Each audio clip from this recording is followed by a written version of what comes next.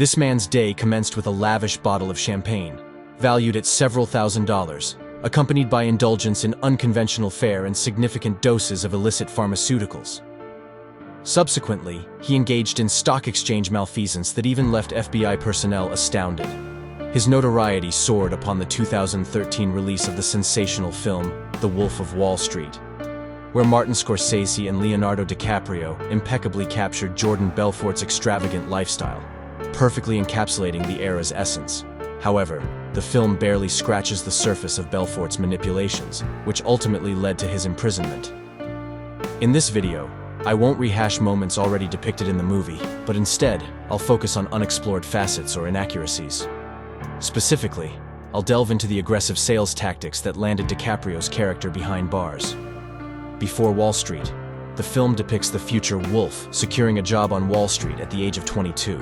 But the reality is that Belfort didn't enter the world of investment until age 25. Belfort navigated through what he described as a dog's life. Following 7 years of training in dentistry, he abandoned his studies. Interestingly, before his dental pursuits, Belfort had already demonstrated entrepreneurial flair. At the age of 17, he peddled ice cream on the beach and sold necklaces, boasting daily earnings of up to $500 and amassing a tidy sum of $20,000. This early entrepreneurial success serves as a testament to his exceptional talent. Not daunted by his dropping out of college, Belfort was determined to carve out a path to success. He secured a position at a prominent meat company, marking the beginning of his journey in the corporate world. Having discovered the prime source and mastered logistics intricacies, the visionary entrepreneur, the future wolf, embarked on his entrepreneurial journey. His venture? A meat and seafood enterprise. Armed with substantial loans, he initiated an aggressive market penetration strategy, targeting private clients, restaurants, and various establishments in dire need of fresh provisions. However, despite meticulous planning, success eluded him this time. Financial constraints and spoiled goods led to persistent cash flow issues. While most would succumb to such setbacks, Belfort was undeterred.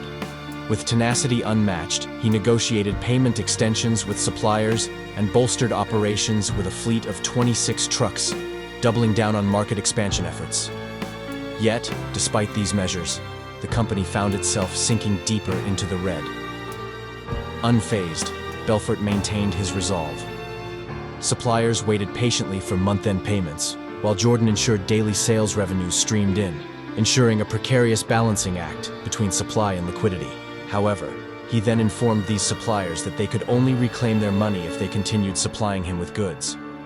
Failure to do so would result in the company's demise. Unsurprisingly, the suppliers couldn't sustain this arrangement, leading to the eventual bankruptcy of the company.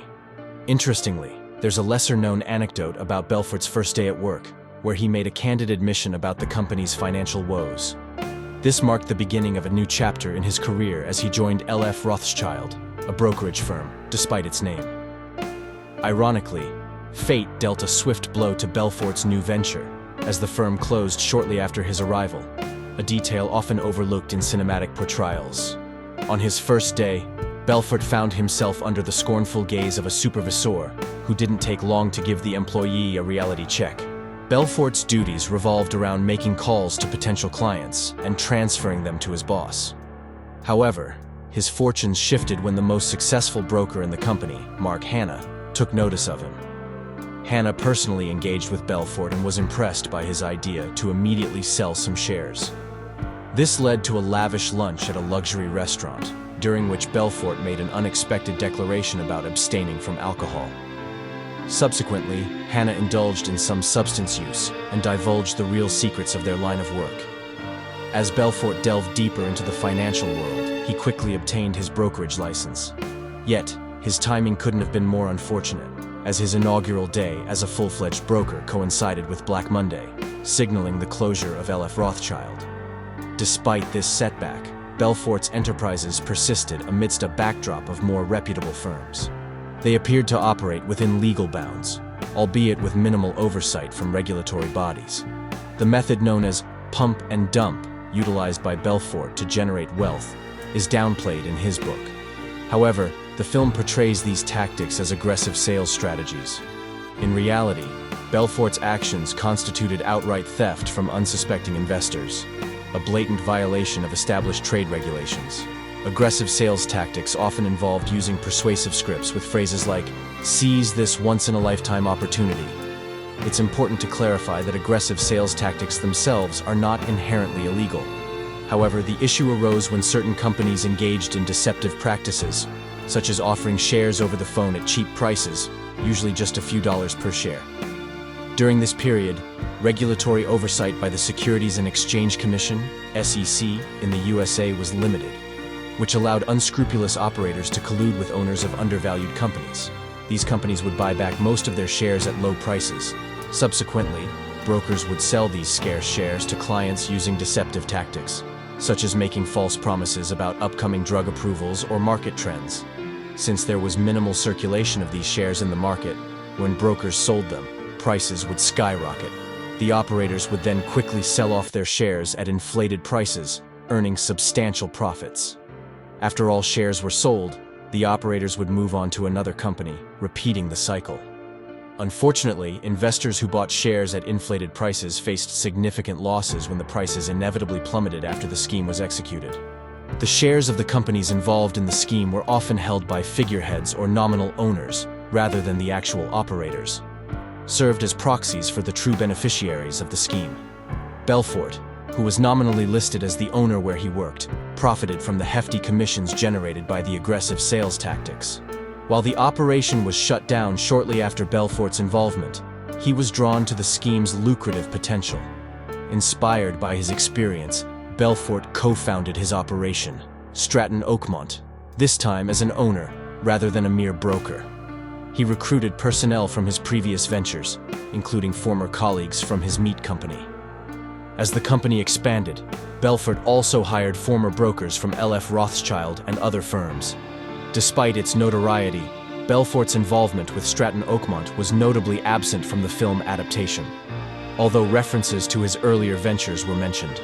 Then the person is more likely to engage in conversation. This approach, known as the Kodak sales system, involved offering valuable shares from reputable companies, like Kodak, as bait to potential investors. Once engaged, brokers would then introduce the cheaper, less desirable shares, making them appear more attractive in comparison. Belfort's innovation with the Kodak system allowed his brokers to target not only the less affluent, but also wealthy individuals, broadening their pool of potential investors. This refinement to the scheme enabled Belfort and his associates to further exploit the vulnerabilities of their targets, ultimately leading to greater profits for themselves. Belfort's company soon attracted the attention of regulatory authorities, leading to a deal where Belfort paid a relatively small fine to avoid imprisonment. This outcome contrasts sharply with the fate of many other scammers who were swiftly incarcerated. Belfort's ability to navigate the legal system and secure such a lenient agreement remains somewhat mysterious. In his book, Belfort recounts his interactions with Richard Bull, a figure with close ties to the upper echelons of the New York Mafia.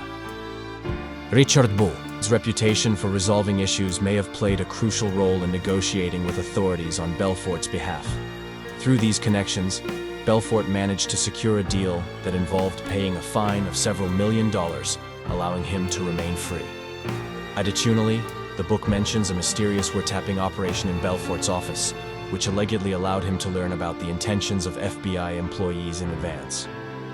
Belfort denies involvement in this operation and attributes it to someone referred to as Mr. Bonnie and Petty. This enigmatic aspect of Belfort's story adds to the intrigue surrounding his dealings with law enforcement and regulatory agencies. Belfort's influence extended even to the realm of law enforcement, as he reportedly dissuaded an incorruptible FBI employee from pursuing a relationship with him. This FBI employee was portrayed in the film, but in reality, there was indeed a mysterious informant, referred to as Bo, who warned Belfort about the FBI's scrutiny. According to Bo, the honest FBI employee was envious of Belfort's hourly earnings, which surpassed the yearly income of many others. Despite his immoral lifestyle, Belfort was not portrayed as a miser. He was known to be generous, often leaving substantial tips for service personnel and generously compensating his employees. Workers at his company had the opportunity to earn significant sums of money if they performed well.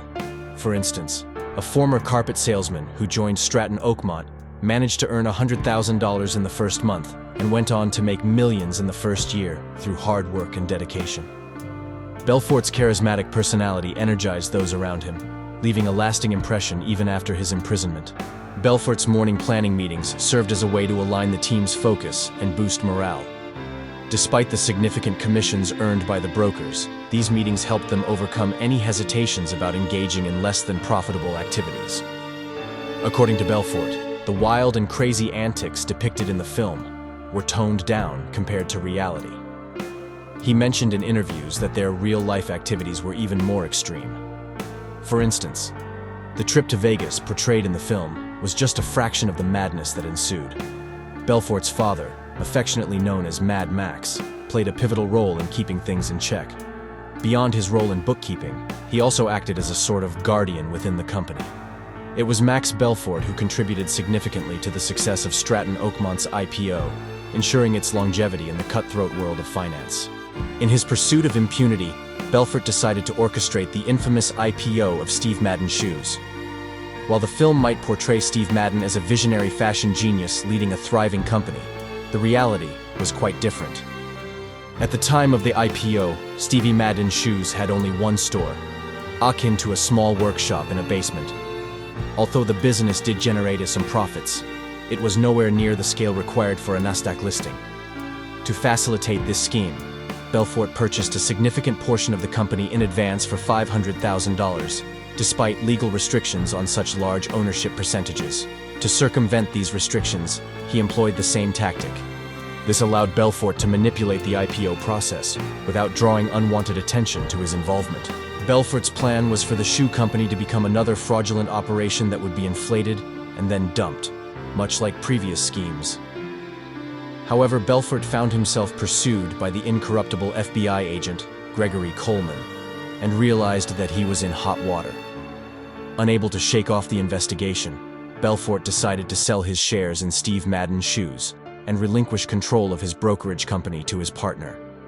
Despite initial success, with 18 retail stores opened and sales reaching $45 million, tensions arose between Belfort and Madden over control of the shoe company. Once Belfort left Stratton Oakmont, he had little leverage over Madden. Eventually, without Belfort's influence, Madden struggled to maintain the company's operations effectively. Belfort described in his book how the morning planning meetings, which were initially meant to boost morale, deteriorated into unproductive sessions where brokers' sexual orientations were questioned. With government agencies cracking down on their activities, with the loss of his leverage over his partner, Belfort's business empire began to crumble.